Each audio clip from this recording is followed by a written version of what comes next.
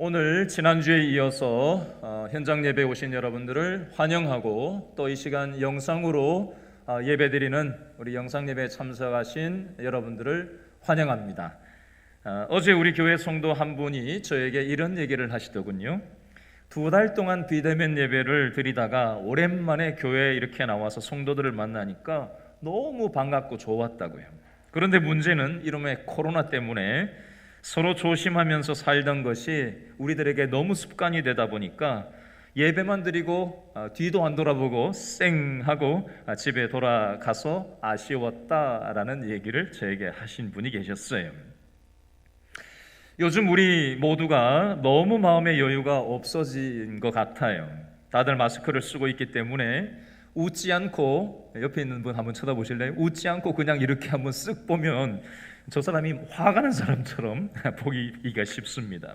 그래서 이 시간에 앞뒤 좌우에 앉아있는 분들에게 보는 당 마는 둥 인상 쓰고 앉아 계시지 말고 따뜻하게 활짝 웃으면서 우리가 서로 반겨주시면 좋겠습니다. 좌우에 앉아있는 분들에게 인사하겠습니다. 좌우 쳐다보시고 잘 오셨습니다. 인사하겠습니다. 손도 이렇게 흔들어 주시고 잘 오셨습니다. 앞뒤도 한번 돌아보시고 잘 오셨다고, 멀리는 빠이빠이도 하시고 환영합니다. 잘 오셨습니다. 오늘 말씀을 준비하면서 어떻게 하면 우리 교회 성도들이 오늘 본문에 나오는 내용을 더 잘 이해할 수 있을까 고민하다가 마침 적당한 내용이 있어서 인용을 하려고 합니다. 여러분, 탤런트 차인표 씨 잘 아십니까? 잘 아세요? 신에라 씨 남편이기도 하죠. 차인표 씨가 대만이라는 나라에 가서 수천 명이 넘는 사람들 앞에서 자신의 신앙을 간증하는 영상을 제가 최근에 본 적이 있습니다. 간증 내용을 제가 읽어드리겠습니다. 안녕하세요, 차인표입니다. 저는 오랫동안 많은 분들로부터 사랑을 받아왔습니다. 그래서 저도 여러 팬들을 만날 때마다 저도 사랑한다고 말했습니다. 그때는 저도 그게 진심인 줄 알았습니다. 하지만 거짓말이었습니다.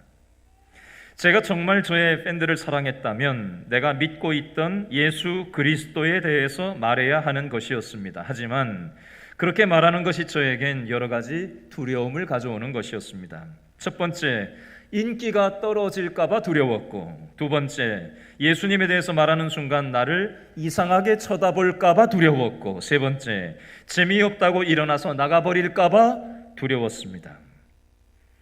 하지만 또 근본적인 이유가 있었습니다. 40년간 예수님을 믿었던 저조차도 예수님을 직접 보거나 만지거나 그 음성을 들어본 적이 없었기 때문이었습니다. 보이지도 않고 만져지지도 않고 음성도 들을 수 없는 예수님을 오랜 시간 동안 습관적으로만 믿었기 때문에 다른 사람들에게까지 전할 수는 없었습니다. 그러던 2006년 봄이었습니다. 40년 동안 한 번도 경험하지 못했던 저에게 예수님이 찾아오셨습니다. 그 당시 저는 갑작스럽게 인도의 캘커타 지역으로 여행을 가게 되었습니다. 원래 아내인 시네라 씨가 컨페션의 홍보대사여서 가기로 되어 있었는데 시네라 씨에게 다른 사정이 생겨서 갈 수 없게 되자 저에게 요청이 들어왔습니다. 저는 처음에는 안 간다고 버텼습니다. 절대로 안 간다고 말했습니다. 저는 가기가 싫었지만 신에라 씨의 설득을 못 이겨 캘커타에 가기로 하였습니다. 세계에서 가장 가난한 아이들을 만나러 가면서도 저는 비행기 1등석을 타고 갔습니다. 저는 그런 사람이었습니다. 비행기에서 내려 버스를 갈아타고 3시간 정도 이동하게 되었는데 버스에 타자마자 저는 마음속으로 불평을 하기 시작했습니다. 왜 이렇게 더워? 버스는 또 왜 이렇게 불편한 거야? 왜 이렇게 지루해? 모기는 또 왜 이렇게 많아? 모기가 왜 나만 물지? 이렇게 불평을 하고 있을 때 그 팀을 인도하시던 목사님이 한 가지 부탁을 해오셨습니다. 차인표 씨, 당신이 만나는 아이들은 전 세계에서 가장 가난한 나라의 아이들입니다.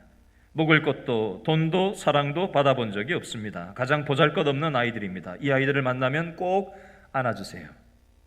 고생했다고 위로해 주시고 사랑한다고 말해 주시고 너는 사랑받기 위해 태어난 사람이라고 말해 주세요. 저는 그것이 그렇게 어렵지 않을 거라고 생각했습니다. 버스가 작은 시골 교회 앞에 멈추었습니다. 교회 앞에 많은 아이들이 나와서 기다리고 있었습니다. 그 앞줄에 7살쯤 되는 아이가 있었습니다. 제가 한 걸음 한 걸음 다가가자 그 아이가 먼저 웃어주었습니다.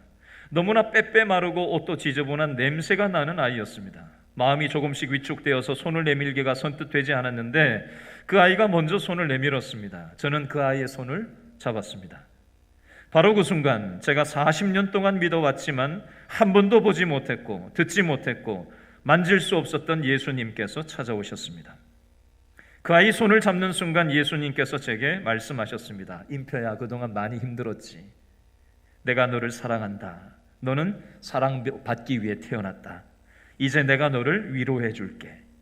제가 40년 동안 기다렸던 예수님께서 그 아이를 통해 만나주셨습니다.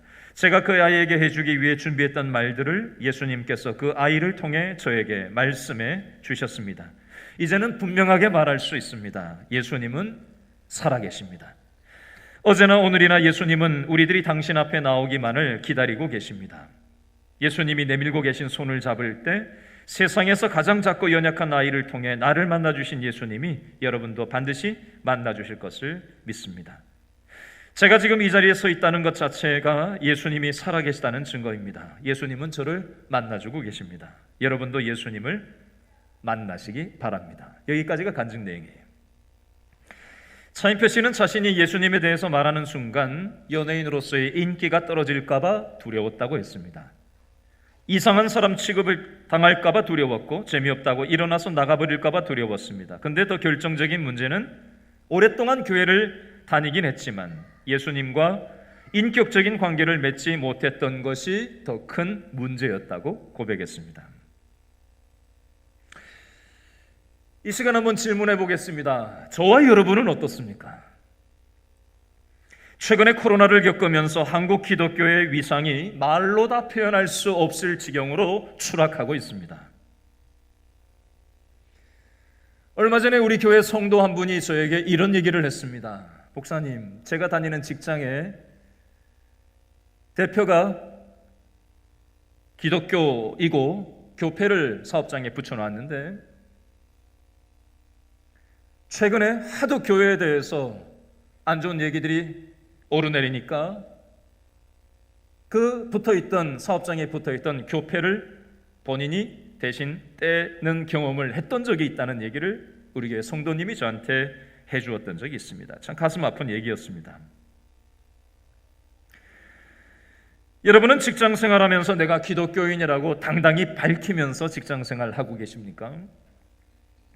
혹시 차인표 씨가 그랬던 것처럼 예수님에 대해서 말하는 순간 이상한 사람 취급당할까 봐 두려워하고 있지는 않습니까? 직장에서 밥 먹을 때 식사기도 하는 것조차 옆에 있는 사람들 눈치 보면서 들키지 않으려고 몰래 하면서 숨어서 신앙생활하고 있지는 않습니까? 오늘 본문에도 차인표 씨가 그랬던 것처럼 또 우리도 가끔 그러는 것처럼 자신이 예수님의 제자라는 사실을 감추고 두려워하면서 신앙생활하고 있는 사람의 이야기가 나옵니다. 어떤 사람일까요? 오늘 성경에 읽었죠? 누가 나오죠? 베드로가 나옵니다. 오늘 본문을 이 관점으로 살펴보면서 나에게 주는 교훈이 무엇인지 생각해 보려고 합니다. 예수님이 체포되셔서 대제사장 안나스 앞으로 가서 재판을 받는 과정이 오늘 본문의 주 내용인데요. 오늘 본문 12절부터 27절은 첫 번째 재판인 종교 재판이 나옵니다. 대제사장 앞에서 종교 재판을 받는 예수님의 모습이 오늘 본문이고요. 다음 주일 본문이 28절부터 40절까지인데 두 번째는 어디 가서 재판을 받으시냐면 빌라도 총독 앞에 가서 법정 재판을 받는 장면이 다음 주 본문이 되겠습니다. 자, 오늘 본문 종교 재판을 받는 과정 중에 베드로의 모습을 보도록 하겠습니다. 여러분, 베드로 하면 어떤 베드로의 말이 딱 떠오르십니까? 저는 마태복음 16 마태복음 16장 16절에서 베드로가 했던 말이 딱 떠오릅니다. 주는 누구시요? 그리스도시요 살아계신 누구입니다? 하나님의 아들이시니다. 저를 한번 따라해 주시기 바랍니다. 주는 그리스도시요 살아계신 하나님의 아들이십니다. 여러분 믿으십니까? 베드로는 감추지 않고 당당하게 예수님에 대한 신앙 고백을 했습니다. 그리고 요한복음 18장 10절, 지난주 본문이죠. 18장 10절에 보니까 베드로가 이번에는 행동하는 모습이 나와요. 어떻게 행동하죠? 사람들이 예수님을 체포하려고 하니까 베드로가 어떻게 행동했지요? 베드로는 자기가 가지고 있던 무엇을 꺼내들고? 칼을 꺼내들고 휘둘러서 대제사장의 종 말고의 귀를 잘라서 떨어뜨렸습니다. 베드로는 자기 나름대로는 행동하는 사람이었어요. 자기 딴에는 예수님을 지킨다고 그렇게 했겠죠. 그러나 저는 베드로의 모습을 보면서 지난주에 나왔던 뉴스 기사가 하나 떠올랐습니다. 이틀 전 뉴스인데요. 프랑스에서 사뮤엘 푸티라는 47세 된 중학교 역사 선생님이 길거리에서 목이 잘려서 살해당하는 사건이 이틀 전 뉴스에 나왔습니다. 표현의 자유를 가르치기 위해서 이슬람교 창시자인 무함마드를 풍자하는 만화를 학생들에게 보여줬다가 이런 일을 당했습니다. 범인은 이슬람교 신자였고 경찰에 의해서 현장에서 사살되었습니다. 베드로는 마태복음 16장 16절에서 큰 소리 치면서 예수님에 대한 신앙 고백을 했고요. 요한복음 18장 10절에 보면 예수님을 보호하기 위해 나름 행동하는 모습도 볼 수가 있었습니다. 그랬던 베드로가 우리가 그동안 알아왔던 모습과는 완전히 다른 모습으로 오늘 본문에 나타나고 있습니다. 베드로의 달라진 모습을 확인해 보도록 하겠는데요. 예수님이 종교재판을 받기 위해서 대제사장에게 체포되었을 때 베드로는 어떻게 행동했을까요? 누가복음 22장 54절을 한번 펴보시겠어요? 이거 꼽아 놓으시고 누가복음 22장 54절 말씀을 찾아서 읽어보도록 하겠습니다. 누가복음 22장 54절입니다. 136페이지 누가복음 22장 54절 말씀.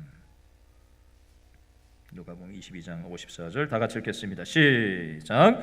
예수를 잡아 끌고 대제사장의 집으로 들어갈새 누가?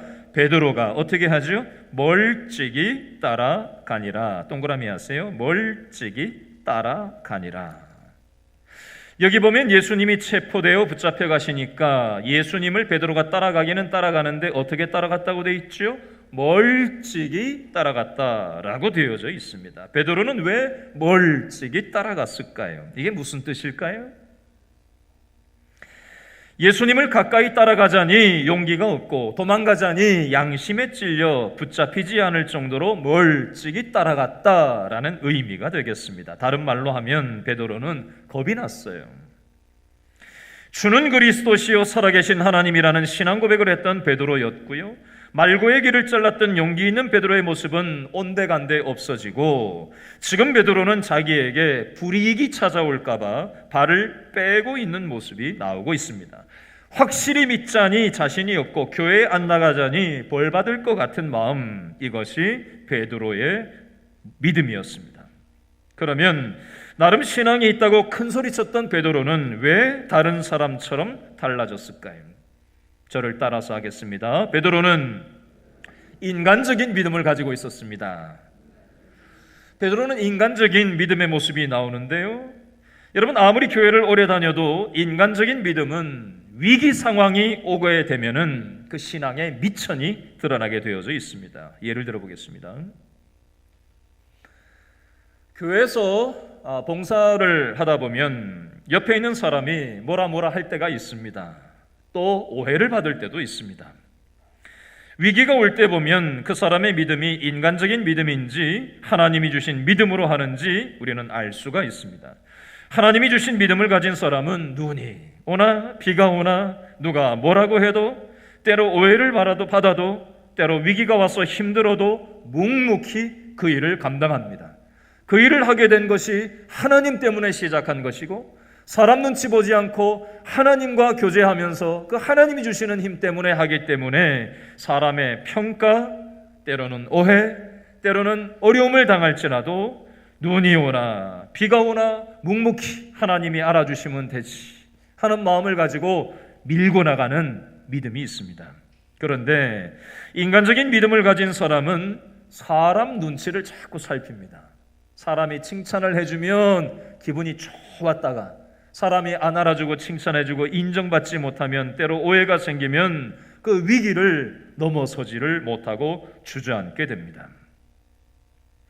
두 번째, 저를 따라합니다. 베드로는 기도하지 않았습니다.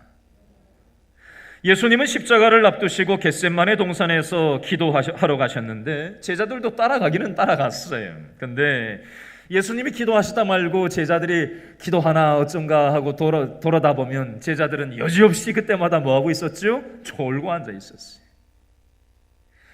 또 정신 차리라고 해놓고 예수님이 기도하시다가 또 돌아와 보면 여지없이 제자들은 뭘 하고 있어요? 졸고 앉아 있어요. 그러기를 3번 반복합니다. 여러분, 기도하지 않는 사람은 인생의 위기가 찾아왔을 때 충동적인 행동을 하게 되어져 있습니다. 베드로는 기도하지 않고 졸고 있을 때 예수님을 체포하러 온 사람들을 향해서 충동적으로 칼을 뽑아들고 휘둘르다가 말고에게를 자르게 된 것입니다. 이 모습이 굉장히 화끈하게 보일지는 모르겠어요. 그러나 충동적인 생각, 충동적인 말, 충동적인 행동은 하나님의 방식이 아닙니다.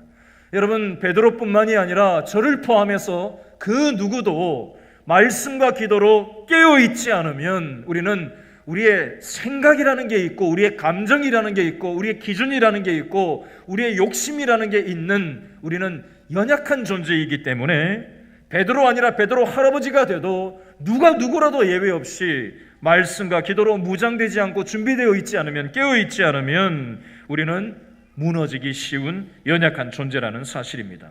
반대로 따라합니다. 기도하는 사람은 위기가 올 때 다르게 행동합니다. 저는 이 말씀을 준비하면서 제가 우리 길신교회 오기 전에 섬겼던 한 교회 교구 목사를 할 때 그때 만났던 집사님 부부가 생각이 났어요. 여자 집사님이 저한테 찾아와서 목사님, 저희 남편이 암에 걸렸대요. 직장에서 이제 일을 하다가 이제 건강검진을 어떻게 맡게 되었는데 큰 병원 가보라고 해서 재검사를 했는데 이미 굉장히 많이 퍼진 상태고 굉장히 위중한 상황이라고 합니다. 이 얘기를 하면서 이런저런 얘기를 하는데 이분 표정이 염려하는 표정이 아닌 거예요. 두려워하는 표정이 아니었어요. 그래서 제가 조심스럽게 물어봤어요. 집사님, 혹시 마음이 어떠세요? 물어봤더니 이분이 뭐라고 얘기하시냐면 담담하대요. 아니, 어떻게 이 상황에서 담담하실 수가 있는 거죠? 라고 물었더니 이분이 이런 얘기를 하세요. 목사님, 사실은 교회에서 금식하는 때도 아니고 작정기도하는 시즌도 아니고 남편이 병이 있다고 해서 기도 시작한 게 아니라 그것과 아무 관계없이 그냥 개인적으로 연초에 하나님 앞에서 내가 믿음으로 올 한 해를 살아가기 위해서 내가 하나님 앞에 금식하면서 작정기도해야지라고 하면서 개인적으로 금식 작정기도를 해오고 있었대요. 그러던 중에 남편이 이제 암이라는 게 진단이 되고 더 큰 병원에 가서 확인해 보니까 이게 굉장히 많이 퍼진 상태고 위중한 상황이라 굉장히 인간적으로 보기에는 두렵고 충분히 염려할 만하지만 어떻게 그게 염려가 안 되고 걱정이 안 됐겠어요. 그럼에도 불구하고 기도로 준비가 돼 있었기 때문에 그것에 대한 하나님의 뜻이 있겠지, 하나님께서 이 위기를 이겨낼 힘을 주시겠지 하면서 그 모든 인생의 짐을 하나님 앞에 맡기고 나아가니까 담당할 수 있습니다 라고 저에게 고백을 하시더라고요. 그래서 구역 식구들한테 알리고 교구 식구들한테 알리고 교회 전체에게 또 알리고 함께 기도를 하기 시작했어요. 볼 때마다 함께 붙들고 기도하고 그렇게 저렇게 했어요. 나중에 이제 병원에 가서 수술을 하고 또 수술하는 그 과정에서 직장까지 그만두게 되셨었어요. 남편이 오랫동안 일했던 직장도 치료 과정 때문에 그만두게 되고 이제 치료에만 전념하고 이제 나중에 수술에까지 이르게 되셨었어요. 수술을 딱 하고 나왔는데 이분이 두 분이 찾아와서 얘기를 하는 거예요. 목사님, 생각보다 굉장히 위중한 정도라고 여기고 의사가 다 그렇게 이 증거를 봐서는 굉장히 위중한 상황인데 항암도 하지 않아도 되는 정도로 어떻게 열어보니까 그렇게 되어서 그렇게 극적으로 이렇게 치료를 다른 방식으로 하면 되게끔 생겼습니다. 그리고 이 암이 발병하기 전에 그 보험을 들어놓은 게 있는데 마침 그게 또 어떻게 적용을 받게 되고 또 마침 직장에서 전에 다니는 직장에서 더 좋은 조건으로 다시 오라고 해서 오히려 월급이 올라가지고 다시 복직하게 되었습니다. 목사님, 그동안 기도해 주셔서 감사합니다 하면서 두 내외가 와가지고, 남편이 사실 신앙이 거의 간당간당하던 사람이었는데 오히려 그 일을 통해서 믿음이 쑥 들어가는 모습을 지켜보았던 적이 있습니다. 여러분, 이 가정은 기도로 준비되어서 아주 깔끔하게 좋은 면으로만 그렇게 얘기할 수 있는 그런 경우예요. 물론 기도한다고 해서 암에 걸리지 않고 기도한다고 해서 아무런 문제가 일어나지 않는 것은 아닙니다.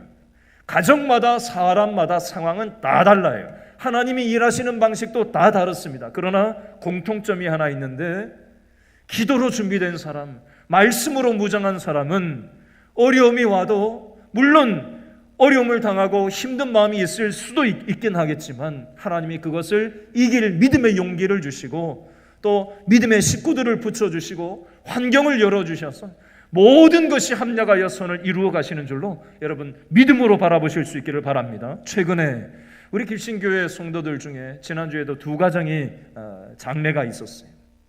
그리고 또 이번 주에도 또 위급한 그런 가정들이 여러 가정이 있어요.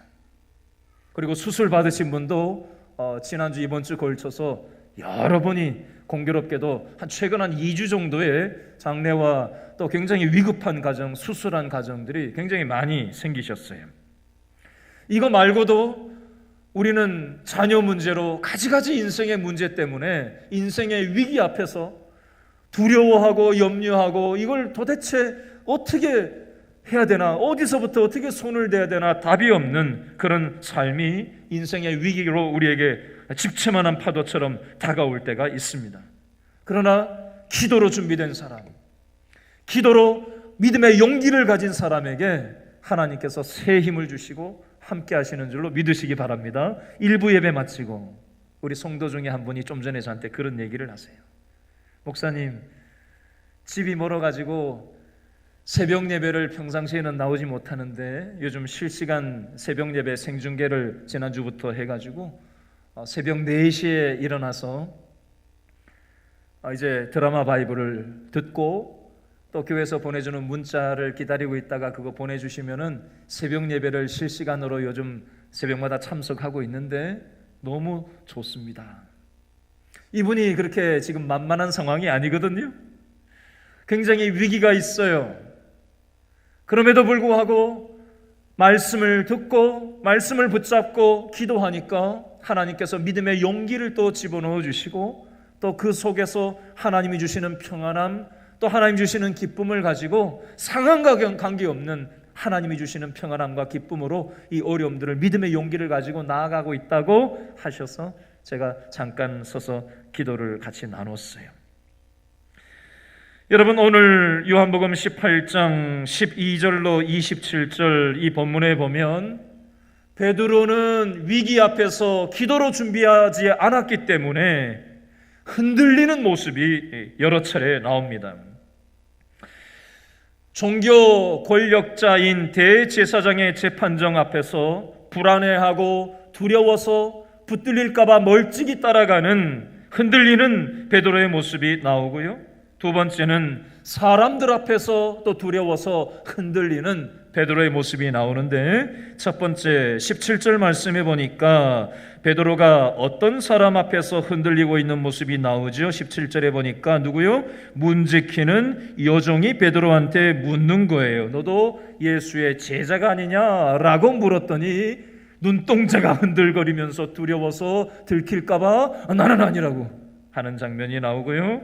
두 번째, 25절 말씀해 보니까 시몬 베드로가 가서 불을 쬐고 있는데 사람들이 베드로한테 또 묻는 거예요. 너도 그 제자 중 하나가 아니냐라고 했더니 베드로가 눈동자가 흔들거리면서 들킬까 싶어서 마음을 쓸어 내리면서 어떻게 하지요? 나는 예수님의 제자가 아니라고 또 부인하는 장면이 나옵니다. 세 번째, 26절에 보니까 대제사장의 종 하나가 베드로에게 귀를 잘린 사람의 친척인데 그걸 봤잖아요, 현장에서. 그 사람이 당신 우리 친척 귀를 자른 사람 아니냐 그랬더니 난 절대 아니라고 하면서 또 거짓말을 하면서 부인하는 모습이 나옵니다.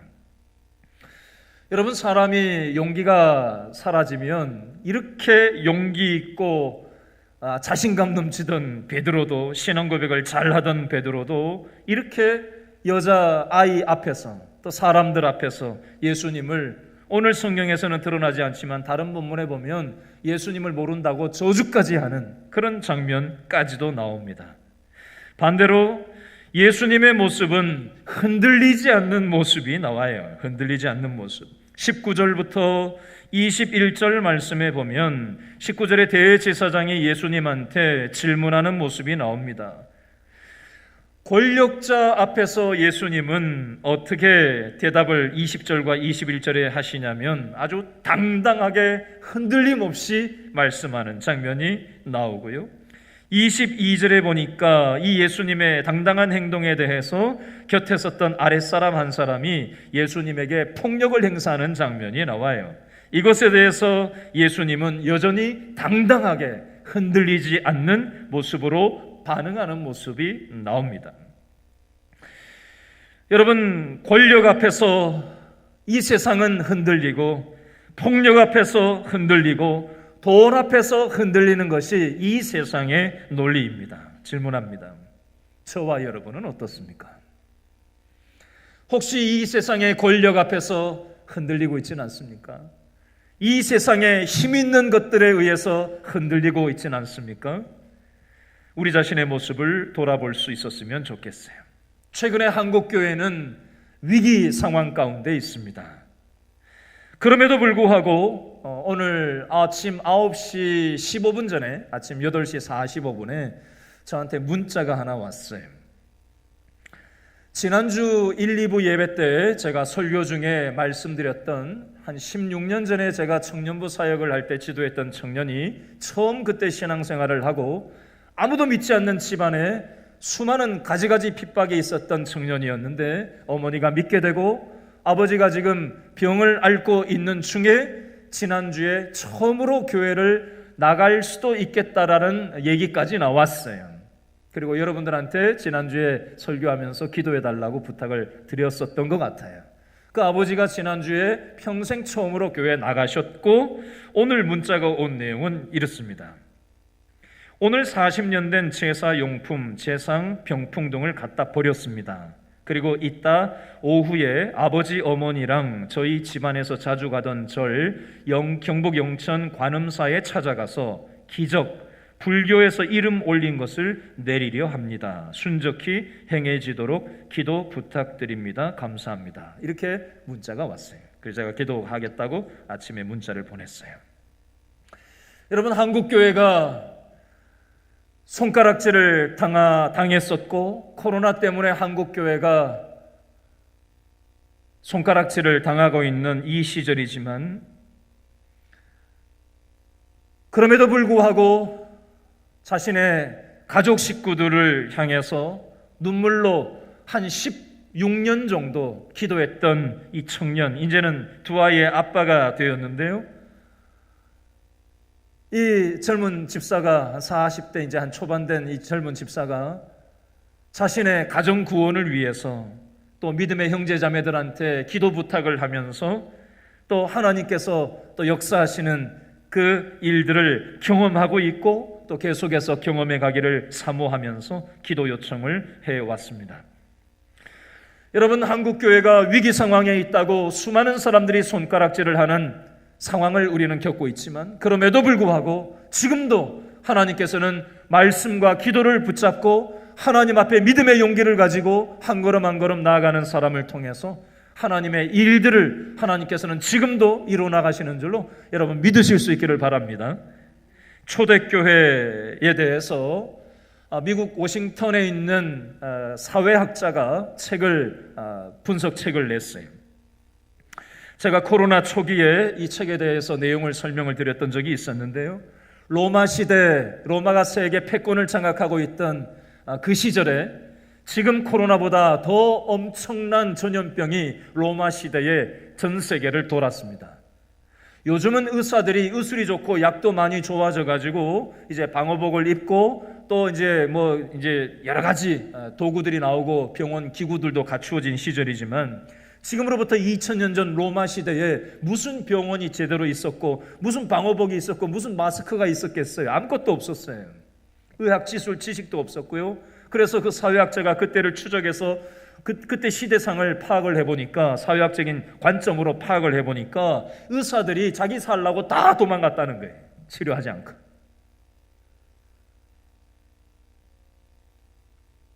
그때 기독교인들, 초기 기독교인들이 그 핍박 속, 극심한 핍박 속에, 로마 시대의 그 극심한 핍박 속에 초기 그리스도인들이 어떻게 했느냐? 마스크도 없는 그 시절에 아무 자기를 보호할 수 있는 그런 보호막이 없는 상황에서 의사조차도 손들고 다 도망가는 그 시절에 기독교인들이 그 전염병에 걸린 사람들을 찾아다니면서 그 사람들한테 먹을 것을 공급해주고 그 사람들 치료를 감당해주고 돌봐주는 그 일들을 통해서 감염돼서 같이 기독교인들이 죽어나가면서도 그 시대의 위기를 책임지고 함께 아파하고 함께 끌어안는 것들을 통해서 기독교가 세워질 수 있었음을 그 사회학자는 그렇게 사회학적인 관점에서 그렇게 설명하는 책 내용을 본 적이 있습니다. 우리 한국교회도 100여 년 전에 무슨 병원이 있었어요. 우리나라에 100여 년 전만 해도 병원도 없고 아무것도 없고 전염병이 창궐하던 이 조선 땅에 선교사들이 들어오고 수많은 초기 기독교인들이 그 영혼들을 돌보고 또 치료해주고 그러면서 같이 전염돼서 죽어가면서도 그 위기 앞에서 도망치지 않고 그 책임을 함께 지기 시작했을 때 한국 기독교가 이 사회에 아름답게, 독립운동에도 아름답게 쓰임받고 각 영역마다 책임있게 아름답게 쓰임받았던 적이 있었습니다. 현재 인도에는 하루에도 수만 명, 5만 명, 6만 명씩 지금 인도에는 확진자가 하루에만 지금 발생을 하고 있는데, 지금 이 인도 현지에 있는, 인도도 지금 굉장히 많이 의료적으로 열악한 환경이잖아요. 그리고 배우지 못해서 무지하고 마스크 공급도 안 되고 그런 상황인데, 한국 선교사들이 들어가서 수많은 선교사들이 그곳에 마스크를 공급해주고 교육을 시키고 또 그 사람들을 위해서 희생하고 섬기는 걸 통해서 힌두교 국가인 이 인도 지역에 기독교를 굉장히 배타적으로 생각했었는데, 오히려 이번 코로나를 통해서 인도의 기독교인들의 그 섬김을 통해서 기독교가 굉장히 많이 환영을 받는 그런 뉴스 기사를 봤던 적이 있습니다. 반면 현재 한국교회의 모습은 어떤가? 100여 년 전 한국교회의 모습과는 너무나도 달라진, 십자가의 정신이 실종되고 힘의 논리, 돈의 논리가 교회에 몰리면서 더 안락하고 편안함을 위해서, 성공과 성취를 위해서, 내 자식 잘 먹고 잘 살게 되게 하기 위해서 우리의 기도 제목이 거기에만 초점 지어져 있지는 않는지, 세상과는 다른 가치를 추구해야 되는데 교회 안에서 세상의 가치를 위해서 기도를 이용하고 하나님을 이용하려고 드는 그런 모습으로 변질되어 있지 않는지 우리 자신의 모습을 돌아보았으면 좋겠습니다. 어제 영국에서 선교하시는 협력 선교사로 계시는 박무식 선교사님이 영국에서 전화가 걸려왔어요. 어제 오후에. 초등학교 저학년 꼬맹이가 이 집에 하나 있는데 아이가 감기 증상이 있어서 코로나가 혹시 걸렸나 어쩐가 싶어서 검사를 해보고는 싶은데, 영국에서 지금 확진자가 프랑스, 영국 요즘 굉장히 많이 생기고 있잖아요. 어제 15,000명이 영국에서 하루에 확진이 됐더라고요. 하루에 15,000명, 영국에서. 프랑스는 더 많아요. 2만 몇천 명씩 지금 생기고 있는데, 현재 영국에만 70만 명이 확진됐고 어제 하루만 15,000명이 확진이 됐는데 아이가 증상이 있는데 이게 뭐 어떻게 코로나 검사를 감당을 할 수가 없어서 받지도 못했대요. 그리고 정부에서 마스크를 쓰지 말라고 하고 학교에서는 마스크를 쓰지 말라고 한대요, 영국에서는. 그래서 그 선교사님이 저한테 솔직한 자기 심정을 저한테 이렇게 얘기하더라고요. 목사님, 솔직히 얘기하면 한국으로 코로나를 피해서 도망가고 싶은 마음이 제 마음속에 있습니다. 선교사님이 그렇게 얘기하더라고요. 여러분, 우리는 본능이라는 게 다 있어요. 그죠? 우리는 때로 인생의 가지가지 위기 상황이 오면 우리는 도망가고 싶은 마음이 그건 본성이에요. 그러나 이 선교사님이 또 한편으로 이런 얘기를 하세요. 선교사님, 혹시 그곳에서 언제까지 사역하실 겁니까? 그랬더니 평생 하나님 앞에 뼈를 묻기로 그렇게 기도하고 왔습니다. 어렵지만 이곳에서 그렇게 믿음으로 하려고 합니다 라는 얘기를 같이 나누고 얘기를 전화를 끊었어요.